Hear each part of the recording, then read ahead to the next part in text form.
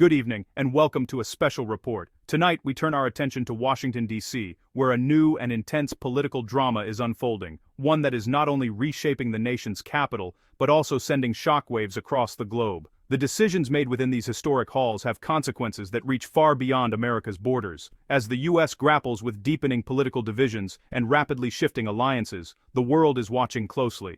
Former President Donald Trump has once again stepped into the spotlight, energizing his supporters and critics alike. Yet in a surprising twist, even some of his own party's Senate leaders are now asserting their independence, signaling a possible break from the party's recent past and raising questions about the future direction of the GOP. What's happening here is more than just political theater. It's a real-time test of the strength and resilience of American democracy's system of checks and balances. The stakes could not be higher. Can a government so deeply divided still function effectively, or will partisanship bring progress to a halt? Will compromise and cooperation ultimately triumph over gridlock and obstruction, or are we headed for even greater polarization? The answers to these questions will shape not only the American economy and national security, but also the country's standing as a global leader. Every decision made here reverberates through financial markets, military alliances, and diplomatic relationships worldwide. Tonight, we'll take a closer look at the powerful forces at play, introduce you to the key figures driving the debate, and explore the immense challenges of passing meaningful legislation in such a polarized environment. We'll also spotlight a high-stakes confirmation battle that is exposing deep fractures within the Republican Party, revealing just how much is at stake for both sides. This is a story about power, principle, and the uncertain future of American politics, a struggle that will define the nation for years to come. The 2021 Urizansandin Obersumbrenteifer Equanindine or the 24 elections brought a seismic shift to Washington, upending the balance of power and setting the stage for a new era of political uncertainty. The city awoke to a changed reality, with both parties recalibrating their strategies in real time. Republicans now hold a slim Senate majority, 53 seats, giving them a narrow edge, but not enough to govern without constant vigilance.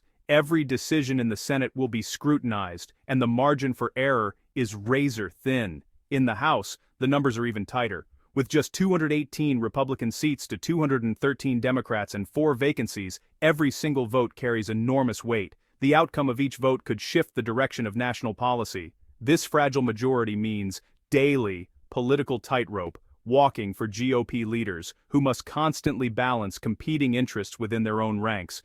17 House and 4 Senate seats flipped, revealing a deeply divided nation. The electoral map is a patchwork of shifting loyalties, with many districts changing hands for the first time in years. For President Trump, this means no broad mandate, just a treacherous landscape where a few dissenters can derail the agenda. The administration must tread carefully, knowing that unity is fragile and opposition is fierce. The old playbook of party-line votes is gone. Success now depends on understanding local issues and building relationships with swing district members. Lawmakers must listen closely to their constituents and work across the aisle to get things done. The Speaker must unite a caucus ranging from staunch conservatives to moderates before even facing Democratic opposition. Internal divisions are as challenging as external ones, making leadership more complex than ever. Every bill is now a high-stakes battle, and compromise is more crucial than ever.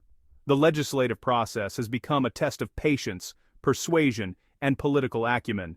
The art of negotiation will define this Congress. Deals will be forged in late-night meetings and quiet conversations as leaders search for common ground. In this environment, every legislative move is a test of party unity and political skill. The stakes are higher than ever, and the eyes of the nation are watching every step. In today's Washington, bipartisanship isn't just ideal, it's essential. With the GOP's slim House majority, even a few defectors can sink legislation, forcing leaders to seek Democratic support. Moderate Democrats now wield unexpected power. Their votes can decide major bills. Internal GOP divisions create openings for the opposition, making lawmaking more complex. Lobbyists and advocates must now build broad bipartisan coalitions, not just pressure one party. Success depends on finding common ground and appealing to diverse district interests. Building bridges is the only way to influence policy in this climate. The fate of this Congress hinges on leaders' ability to foster cooperation and trust. New members bring fresh perspectives and a desire for results, making engagement and compromise vital. In this tightly balanced power structure, strategic alliances are the key to moving the country forward. Every new president faces the challenge of building a team to run the executive branch. Donald Trump announced his cabinet picks early, signaling his priorities for the next 4 years. The cabinet, vice president, department heads, and key advisors, shapes the administration's agenda and direction. Trump's transition team sought candidates who aligned with his vision and could lead major agencies. Loyalty, expertise, and the ability to champion his goals were top criteria. Once selected, nominees face the Senate's confirmation process, a crucial test for any administration. These choices set the tone for American governance and signal the start of a new chapter. Cabinet nominees face a rigorous path through the Senate. After the president nominates a candidate, the Senate committee holds public hearings to scrutinize qualifications and policy views. Senators from both parties question nominees in high-stakes, televised sessions. The committee then votes on whether to recommend the nominee to the full Senate. A simple majority, usually 51 votes, secures confirmation. By September 2025, all 22 of Trump's cabinet-level nominees had been confirmed, allowing the administration to operate fully. Some key positions, like Chief of Staff, don't require Senate approval. Recess appointments are rare, as the Senate now holds brief sessions to block them. The process ensures that top officials are thoroughly vetted and accountable. President Trump's nomination of Harmeet K. Dillon as Assistant Attorney General for the Civil Rights Division signaled a bold legal direction. The Civil Rights Division enforces America's core anti-discrimination laws, making its leadership critical. Dillon's confirmation in April 2000 were Americans gone sound the nation 125. Buentvardidem was a major win for Trump, placing a trusted, ideologically aligned figure at the helm. A prominent constitutional lawyer, Dillon built her reputation challenging the status quo and defending civil liberties. Her journey, from Chandigarh, India, to rural North Carolina, to Dartmouth College, shaped her independent spirit.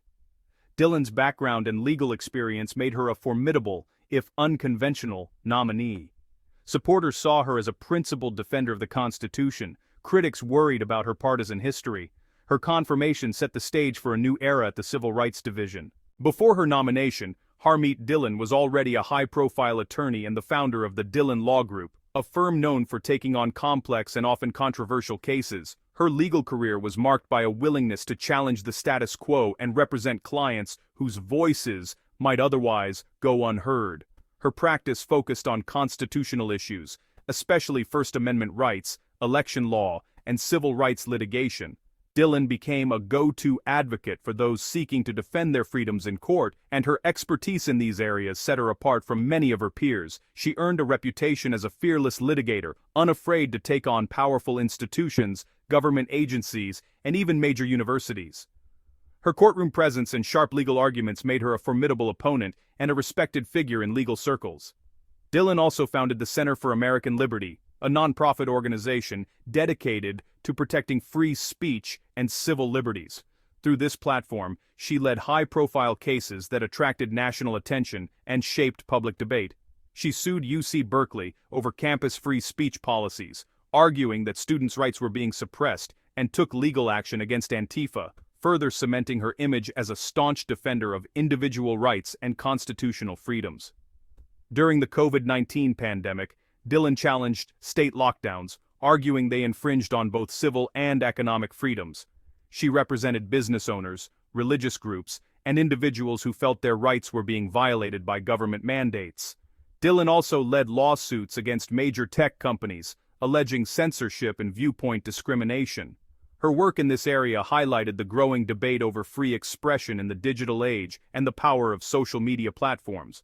Her career, defined by a relentless focus on free speech and individual liberty, made her a natural, if sometimes controversial, choice for the Department of Justice. Supporters praised her commitment to constitutional principles, while critics questioned her confrontational style.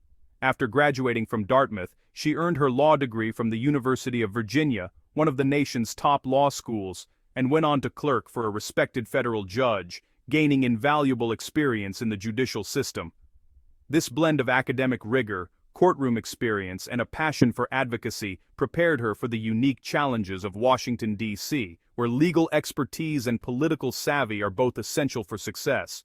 Dillon's confirmation was more than a procedural vote. It was a microcosm of Washington's power struggle. While most Trump nominees sailed through, Dillon's history of partisan advocacy made her a flashpoint. Her hearings drew sharp Democratic questioning and exposed GOP divisions. Moderate Republicans faced pressure from both the White House and wary constituents, creating a tense standoff. Ultimately, GOP leaders held the caucus together, confirming Dillon by a narrow margin. The vote was a victory for Trump, but it revealed deep fractures within the party. The process showed Senate leaders are willing to scrutinize, even oppose, their own party's president. This episode underscores the Senate's vital role as a check on executive power. The battle over Dillon's nomination highlights the delicate balance in Washington. Future appointments may face even greater resistance if party unity falters.